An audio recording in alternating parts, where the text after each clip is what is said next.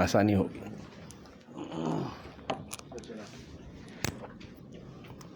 بسم اللہ الرحمن الرحیم۔ مسرور کیفی نعت اکیڈمی اہم ترین موضوعات پر اور ایسے گوشوں پر کہ جس پر لوگ سمجھنا چاہتے ہیں، سیکھنا چاہتے ہیں، جاننا چاہتے ہیں، ایسے عنوانات کا انتخاب کر کے محافل کا انعقاد کرتی ہے۔ اور آج تو بڑی منفرد جہت یہ ہے کہ علامہ سید ریاض الدین سہروردی رحمۃ اللہ تعالیٰ علیہ، آپ کے سب سے بڑے صاحبزادے سید بدیع الدین سہروردی صاحب آج شریک بزم ہیں، اور اپنے تینوں بھائیوں میں یہ اس اعتبار سے ہمارے لیے زیادہ سعادت کی بات ہے کہ ہماری آج ان سے پہلی ملاقات ہے، باقی دو برادران سے تو گاہے گاہے ملاقات کا شرف حاصل ہوتا ہے۔ تو آج ان سے بہت کچھ سیکھنے کا اور سمجھنے کا موقع ملے گا۔ ابرار بھائی نے سلسلہ عالیہ سہروردیہ کے حوالے سے فرمایا، سلسلہ عالیہ سہروردیہ یہ حضرت شیخ شہاب الدین عمر سہروردی رحمۃ اللہ تعالیٰ علیہ سے پہچانا جاتا ہے، اور شیخ شہاب الدین عمر سہروردی خود مرید اور خلیفہ ہیں شیخ ابو النجیب سہروردی رحمۃ اللہ تعالیٰ علیہ کے، اور براہ راست شاگرد ہیں پیران پیر غوث اعظم دستگیر کے، اور نہ صرف شاگرد ہیں بلکہ غوث اعظم دستگیر کی دعا ہیں، غوث اعظم دستگیر کی بشارت ہیں۔ آپ کی دعا کے نتیجے میں شیخ شہاب الدین عمر سہروردی اس دنیا میں جلوہ فگن ہوئے۔ شیخ شہاب الدین عمر سہروردی کا یہ سلسلہ سہروردیہ اور بر صغیر پاک و ہند میں سلسلہ چشتیہ، یہ دونوں سلاسل جو چشتیہ اور سہروردیہ ہیں، ان دونوں میں ایک تاریخی قربت وہ نظر آتی ہے۔ اور وہ قربت کس طریقے سے کہ شیخ شہاب الدین عمر سہروردی کی ایک مشہور زمانہ کتاب ہے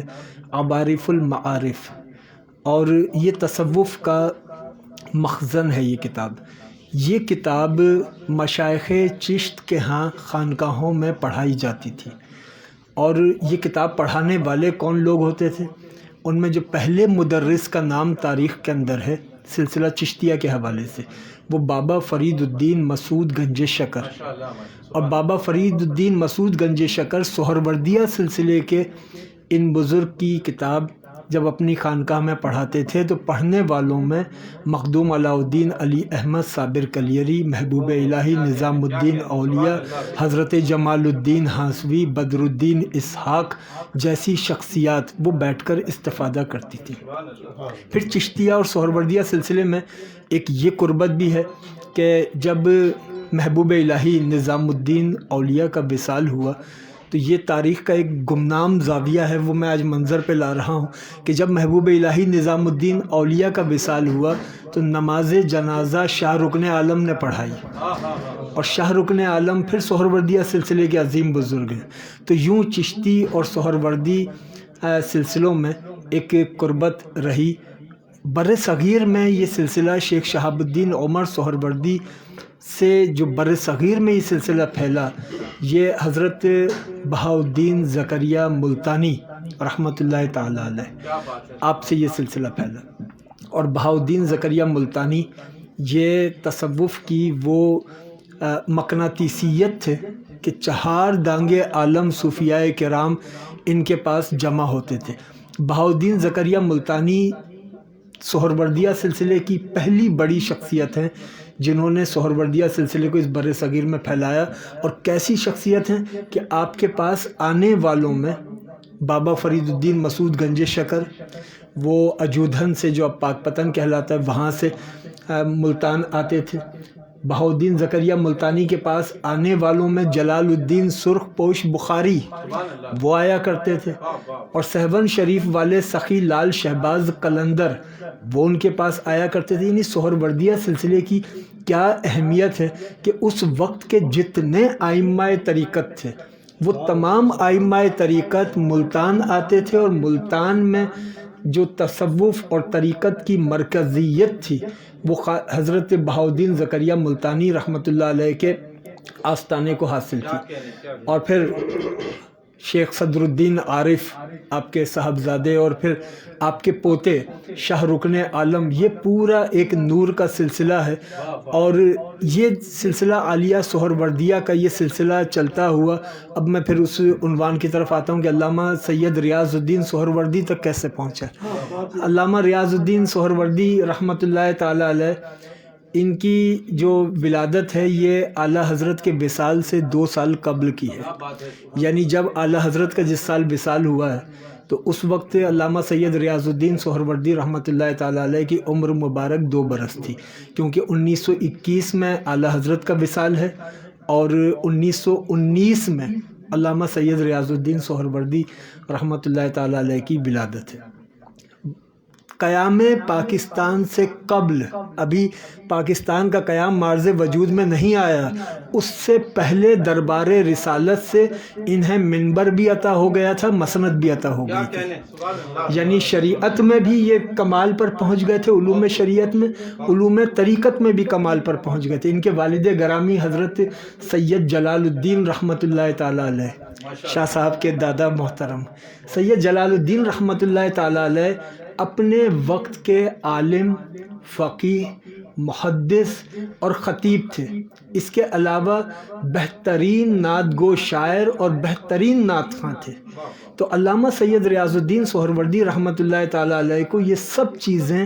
اپنے والد گرامی سید جلال الدین رحمۃ اللہ تعالیٰ علیہ سے ورثے میں ملی۔ اب جو میں چشتیہ اور سہروردیہ سلسلے کی قربت بیان کر رہا تھا، وہ بھی آپ یہاں دیکھیے کہ ابا جی قبلہ کے والد گرامی، ان کا سلسلہ چشتیہ تھا اور ابا جی کا سلسلہ سہروردیہ، تو چشتیوں اور سہروردیوں میں ہمیشہ ایک قربت رہی ہے۔ پھر علامہ سید ریاض الدین سہروردی کی نعتیہ خدمات آپ یہ دیکھیے، اس شہر کے اندر جس دور میں انہوں نے نعتیہ خدمات انجام دی، شہر میں بڑی بڑی شخصیات تھیں، شاہ انصار اللہ آبادی صاحب تھے، قمر الدین احمد انجم صاحب تھے، بہزاد لکھنوی صاحب تھے، اور بڑی اکابر، حنیف اسعدی صاحب وہ موجود تھے،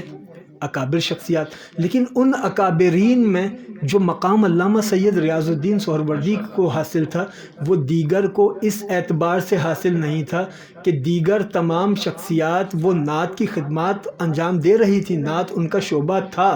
لیکن ان میں سے منبر نشین صرف علامہ ریاض الدین سہروردی تھے، عالم دین، خطیب صرف علامہ ریاض الدین سہروردی تھے۔ تو اس اعتبار سے آپ کو یوں ایک انفرادی حیثیت حاصل ہے۔ پھر آپ نے نعت کو تبلیغ دین کا ذریعہ بنایا، یہ بڑا منفرد زاویہ تھا کہ ایک عالم دین نعت کو ذریعہ تبلیغ بنائے۔ اس کے لیے انہوں نے 1950 میں جمعیت حسان کا قیام آپ عمل میں لائے۔ اب آپ اندازہ لگائیے، یہ 1950 کی بات ہے، جب اس وقت علامہ ریاض الدین سہروردی ایک ویژن دے رہے ہیں کہ نعت انفرادی طور پر نہیں، اجتماعی طور پر اس کی خدمت کی جائے۔ جمعیت حسان کا قیام ہوا 1970، یعنی اب 2022 میں 52 سال ہو گئے۔ 1970 میں انجمن عندلیبان ریاض رسول کا قیام عمل میں آیا،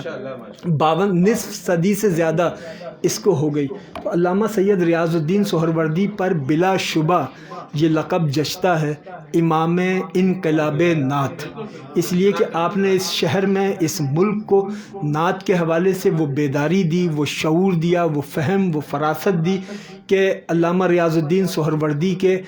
ظاہری حیات میں تو ہمیں اس کا یقیناً کچھ ادراک تھا، لیکن آپ کے پردہ فرمانے کے بعد وہ ادراک مزید، اس کا احساس گہرا ہوتا چلا جاتا ہے کہ آپ کے وصال فرمانے کے بعد اب تقریباً 21-22 سال گزر گئے، لیکن ایسا خلا جو آپ کے وصال سے پیدا ہوا تھا وہ اب دوبارہ پر نہ ہو سکا۔ وما علینا الا البلاغ۔